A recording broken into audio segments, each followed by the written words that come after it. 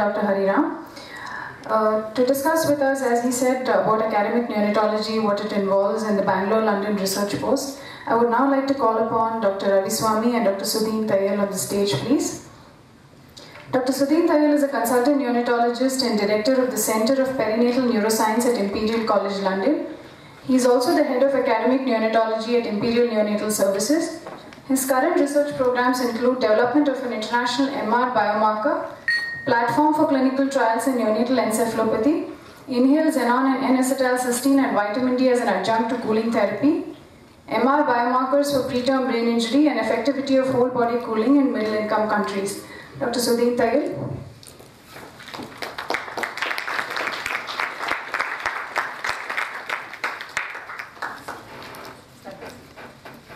Westminster Hospital and University College London. He completed his research MD on developmental follow-up from Newcastle University. He was a consultant at Royal London Hospital before returning to India. He's currently a consultant neonatologist at Manipal Hospital and also a research associate at Imperial College London. Welcome, Dr. Raviswamy. So this session is going to be very much to discuss various issues as we go along. We are going to give a brief overview about research, why people do research, and particularly in the Indian settings, and what are the pathways which are available. Yeah, so those two important things, and thirdly we'll come across the current trials, what we're doing. So at the back we have a poster which is called the Helix trial. So we'll talk about the Helix trial and then the much coveted Bangalore-London research post. So we'll talk about that one as well. I would invite Prof. Modi and Professor Samir Gupta to please pitch in as we go on through the pathways and stuff. Thank you very much. Okay, so before we start off, can I have a show of hands? How many of you think research in newborns is important? Good, almost all of you. Okay, and how many of you want to do research in neonatology? Okay, not too bad. Okay. Now what we're going to ask is, in each of the tables, can you think of some of the reasons why research is important, or why you want to do research? Why you want to do research? That we. Yeah, and then we write it down. We'll write it down. Just give you a few minutes to think. So just discuss among your groups, and one person can then talk. One speaker, and just tell why you want to do research. Why is it important? Yeah, after so many years of practice, still we have so many unanswered questions. So you want to say answer the questions? Unanswered questions you want to answer. Okay. And the second point was? No, yeah. Anything more? Any other reason? You can give as many as you want. The data set mostly from Western countries. We don't have any Indian Okay. data set. Okay, good, okay. So, no Indian data.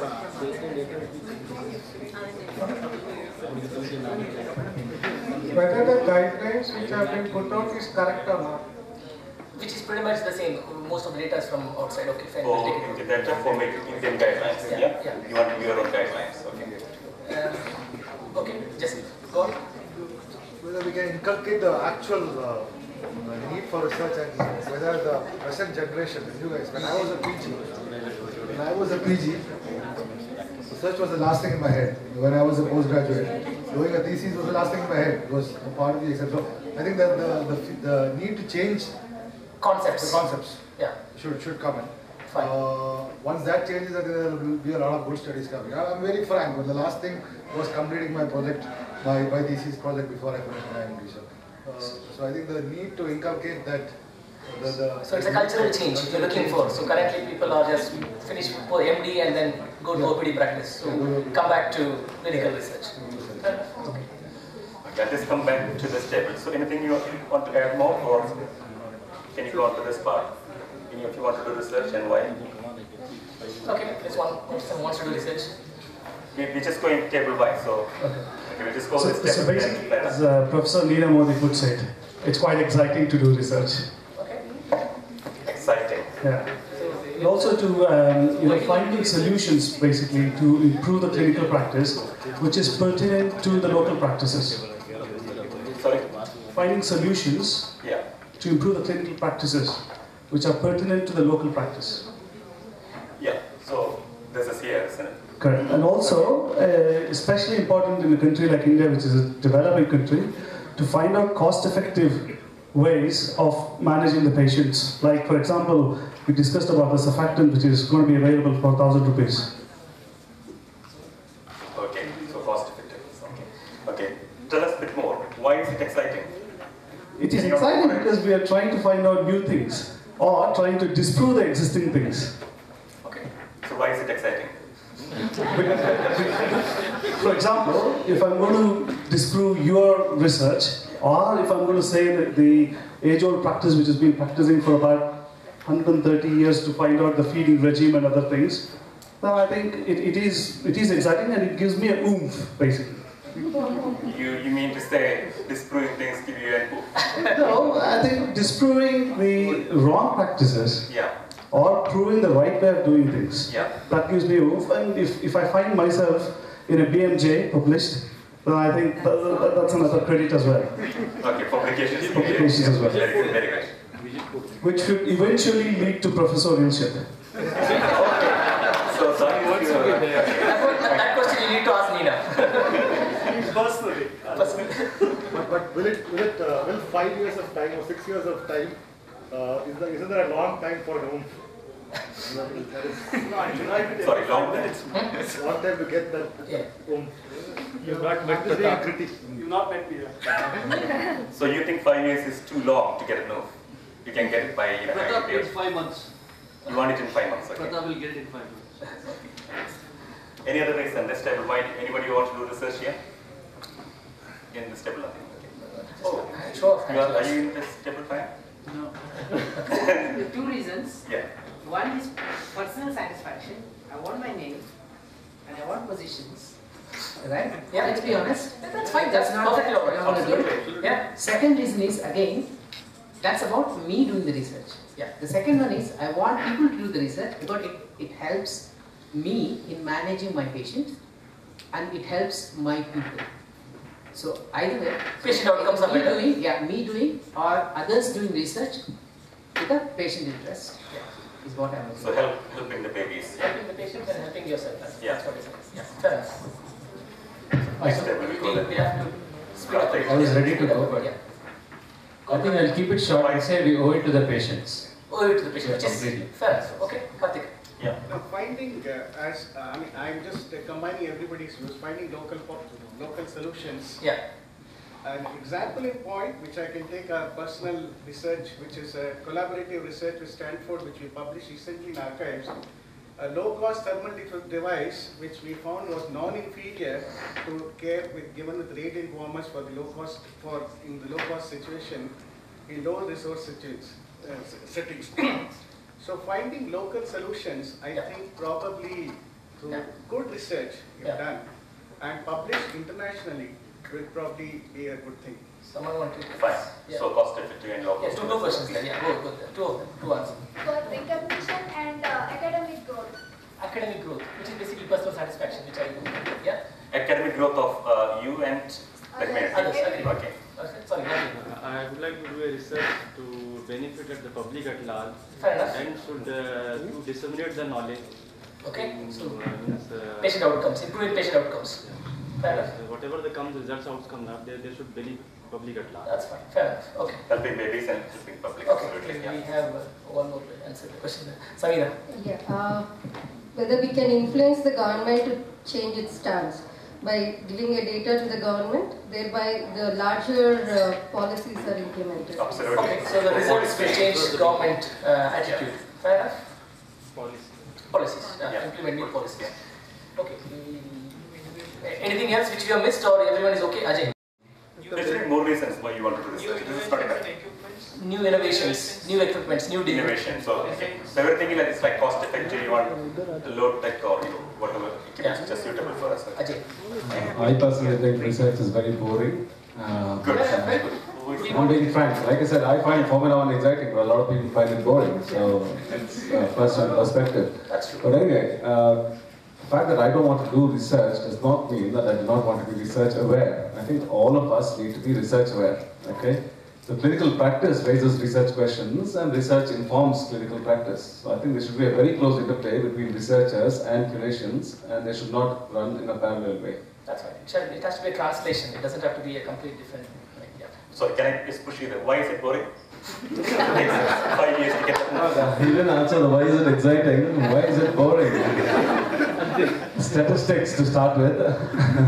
Statistics, the ethical committee, a lot of things that put you off and make it very boring. The bureaucracy around the research. Absolutely, the red tapeism. Red tapeism, okay. Yes. Time consuming. Time consuming, yeah. Time consuming, yeah. It takes a long time. You can't, yeah. Okay. So bureaucracy and time consuming. Okay. Anything else? So if you take that out, it's fast. Funding is a problem in this country. Research funding. So that is why people desist from doing research. Funding, okay. So are you sure about that, Karthik? Yeah. And the hours of work. Manpower funding. No, no, Manpower availability for doing the research, data analysis. It's a rat race in this country to be able to earn your bread. Subsequent to that is only research. If you now look at the clinical neonatologists here, they have to do clinical medicine in order to be able to survive. Research comes subsequently. I think the institution has to really support research. Not many institutions do this in this country. Not much funding is available. That is why. And there's no specific hours of, look, you have to finish your clinical work and then look at research. Fine. You don't have. So research is very secondary here. Secondary, yeah. Okay. But I disagree with what you said. We'll come back to your point. Okay, you're talking about funding. Yeah, okay. Because there is in fact much more funding here in India than in USA. Okay. Just that they are not able to utilize that. Yeah. Okay. Actually, Professor Ramji was supposed to be, but he had to catch an early flight. But he would have told you how much money is available. One question at the end of it also, you will have to tell, and Nina has to tell, what drives you to do research. That you have to tell. No, I need more answers here. So why do you want to research? This is not enough. Anything more? Sorry. We want to take up some of the issues which are not addressed so far and which are very relevant to our country, like community-based newborn care or place. And wherever facilities are not available, still we can save many more newborns, or bringing down the simple things. Because we always think only in the institution-based research, in terms of statistics and that, but even epidemiological situation analysis, operative research, all these are also very important aspects. And for that, again, we need to know from where to get the funds. Sometimes it is told it is easier to get, but it is not as easy. There are some areas, and prioritization also we have to decide. We cannot just blindly mimic what others are doing and modify that. So you need different kind of research, more epidemiology, community-based research, and you need mechanisms to get funding. There is funding, but there is no mechanism. I completely agree. Money is there, but there is no mechanism to get it easily. Okay, so can I just ask you, just name the top 5 cricket teams in the world. India. Yeah. India. Australia. South Africa.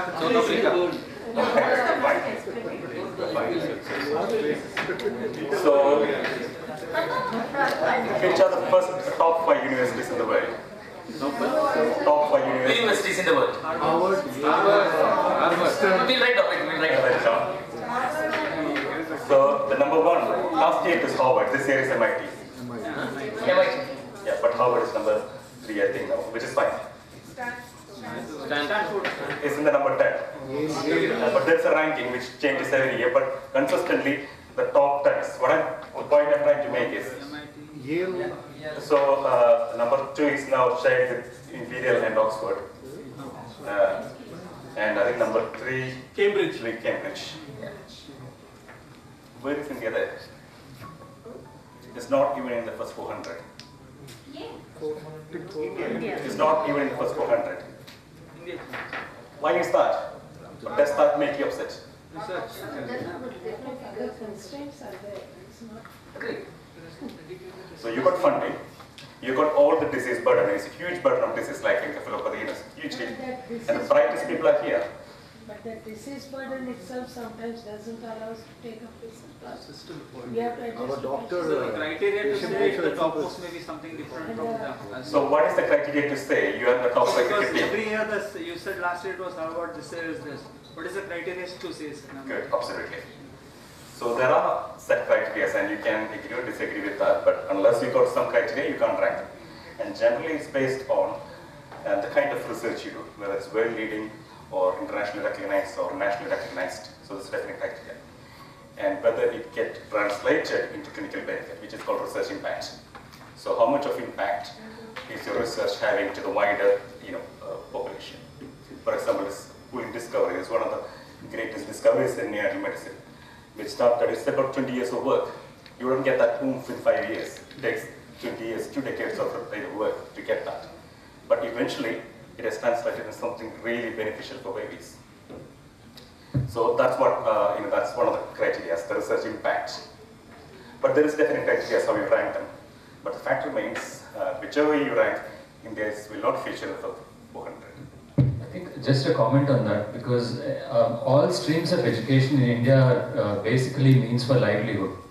I don't know whether it's hugely a cultural thing or a demographic, compulsion.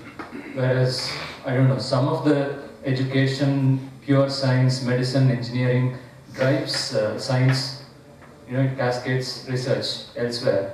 But in India, I think it's a means for livelihood, basically.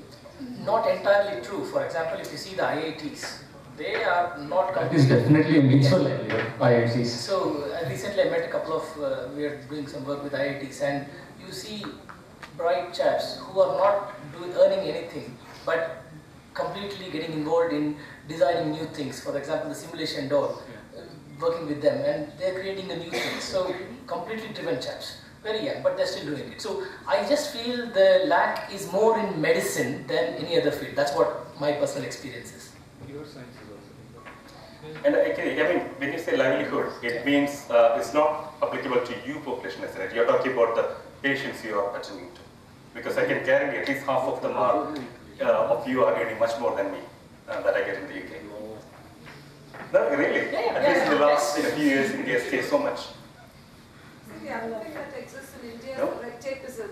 Yeah, we told bureaucracy. Because even if you have to do research of any kind, you can't make a breakthrough at all. To go through all the different strata at the government setup to do things is really, really tough. You can't get an okay from, you have to reach up to get an okay signal to do research in a certain thing, which entails, a lot of involvement of the public will take a long, long time because you can't break the bureaucracy. I have a problem. The main problem in India is not about anything else, it's about lack of leadership. If, as a clinical leader, I'm doing research and I'm proving that I'm improving my practice and showing the benefits, people will follow it.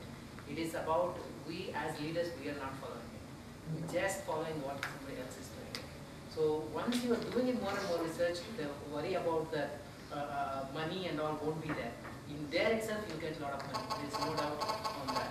It's how we combine that clinical practice and research is what the clinical leaders should be looking at. And no animals should not be used for research in recent times. That is banned. So in abroad, it is not like that. Okay, animals should not be used in India, which is very interesting because, okay. And awards and appreciations also, that makes a lot of difference. Archana. I think the basic problem is that we're just not oriented to research as we're getting trained. I take your point. That's the most important point. Yeah. So it's like quite scary to, okay, how do you start? Yeah. So one last point. One last point I want to make. The people may be interested in doing research, but they may not be knowing which way to go. That's right. Lack of leadership. That's what Praveen exactly told. Lack of leadership. And which way to go is difficult to find out. Fine. Okay. So shall we dedicated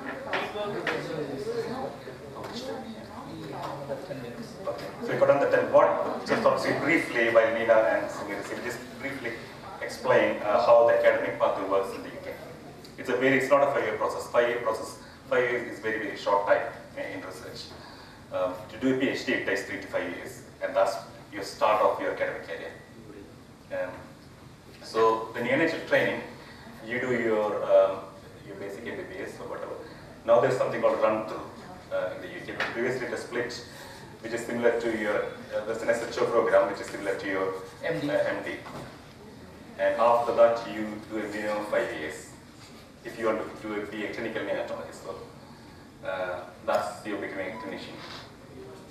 That's clinical neonatologist.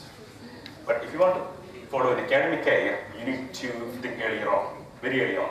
Often people do, during their MBBS, they do a PhD program. So that is to increase their MBBS by another 3 years. But often that's a good start.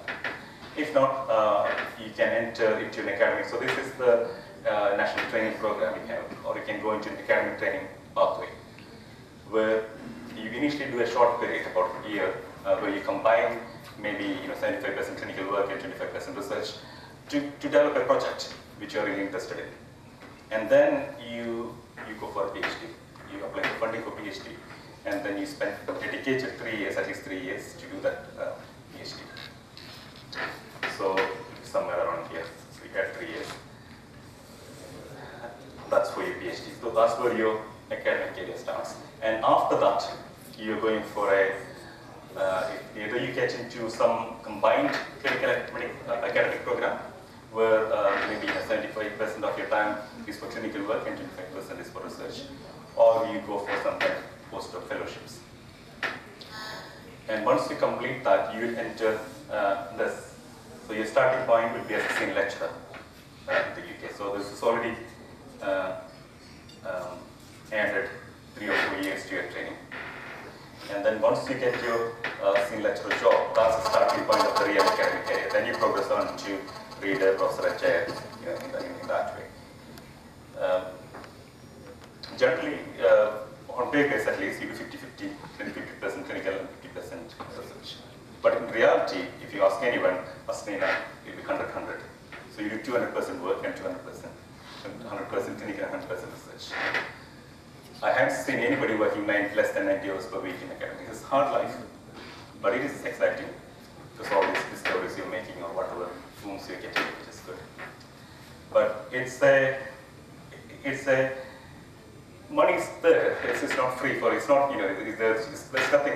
there's nothing called a free dinner there. You're constantly applying for grants. You're constantly applying for money. You're constantly thinking about new ideas. And any funding body, in average, success rate is around 10 to 20%. So most of the time you fail. You'll feel very disappointed. But eventually you'll get. But the satisfaction you get out of it is far, far higher compared to the trouble you put in. And that's what drives most academic people. It's not that you get more, certainly you get much less paid if you're doing, but probably at least not more than what a full-time clinician would get paid. So money is very incentive to put an academic career. So you should be prepared to put in long work hard. And that's the long process which is at the UK and US and other developed countries. Now in India, the issue is often you do a thesis during your MD, which is hardly sufficient to make you an academic. Certainly, unless you take time out to do full-time research, you won't get that much of expertise or involvement with that. Which I don't think most trainees are finding attractive. I don't know why that is. Maybe once you follow that career pathway, there isn't any guarantee that you're going to get this position, this academic position, or such post that will exist. So that may be one of the reasons. What do you think? Meena, if you wanted to add anything to that, what you've heard so far?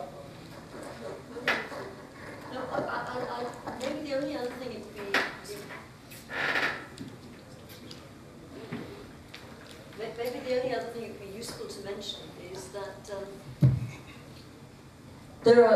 you don't need to follow an academic career to be involved in research, and there are a lot. There's a lot of impetus. There's a lot of interest in the clinician, the full-time clinician, taking part in some way, whether it's a big way or a small way or a middle of the road way in research. And so certainly from the Royal College of Paediatrics and Child Health point of view, we are any clinician requires, such as how to critique evidence, how to take informed consent from a patient, how to explain the nature of uncertainty to patients, very, very general skills indeed, which every doctor, we think, should have. So I think there are other ways of contributing to research and enjoying research other than by going down an academic route. So I think maybe that's the only thing I would add there. I think you have covered most of it. The only thing to add on to what has been already said is, one thing is very clear. It is being published now. Institutions, hospitals, clinicians, departments which are active in research, they definitely provide better clinical care. So it is beyond doubt. And hence, it is now in one of the top priorities for the trust in UK that research is incorporated into the trust goals. And that is helped to a certain extent. The academic route, which starting from the foundation year, that is soon after MBBS or during MBBS and moving into it, that is the academic route where more or less people would, more than 70% would stay in academics. Some of them might come back into clinical. If you decide later in the career, say for example, you didn't think about going into academic route in the foundation year, or you moved from India, for example, and started doing your training in UK, and then you started doing training and you want to get some exposure into research, you can take time out from your training program, which is called out-of-program research experience. And that time can be utilized for doing a higher academic degree, which is a pure academic degree where you get MD or a PhD. Mainly, it's the clinicians who do MD because it goes with the clinical commitment or the clinical trials that you do, and they're awarded MD from the university, which is a very rigorous research, and it gives you the skills and attributes of how to plan, how to conduct the research. That is another way where you can progress further, spend time into clinical role as well as into academic role, and it is entirely up to you how you want to shape your career further. So there are ways and attributes and a lot of push and drive, because we want people to be research active, and in any trust, in any department, the approximate number is about 10%, I would say, would be interested in research. So 90% are not, but what the drive is, that those 90% should be research aware, so that any trials or any research that goes on, they are able to contribute to the research, may not lead the research. That is equally important because that is the way the accruals they come through. So this is very important, and it is a drive and the help of the Royal Colleges and the funding bodies, how much we can train and how much we can push into a mainline clinical environment is something which is happening. The 5 things we can suggest to improve academic neonatology in India. What would that be? Cut the bill, sorry, yeah. It should be made as a mandate to have publication through promotion processes. See, that is not there. And also the examination appearance. It should be at least in super specialty, it should be there. It's not a mandate. Actually, MCA is now trying to do that. Maybe we would improve. So unless, of course, there is onus on the individual to do the research, but also some coding by some stipulation and regulation also would aid in better research. That's one important thing. No, the craft won't get published unless your research is good, then it should get published. Not all the ones which are not good. So the reward for the good work you're doing, absolutely. That's the way it's been done in most of the developed countries now. So your professor may be 35 years old, and maybe others who are much junior, much more senior, who are at much younger. So fast tracking. If you're doing good work, that should be recognized, and it should be fast tracked into. But that system is coming in some of the institutions, and hopefully that can come. I think just for the neonatal research as such, we need a robust system of database. So that epidemiological data, like Madam suggested, can be started. Epidemiological databases, yeah. Is epidemiological studies more important in Indian settings or intervention studies? Both are. Okay, databases.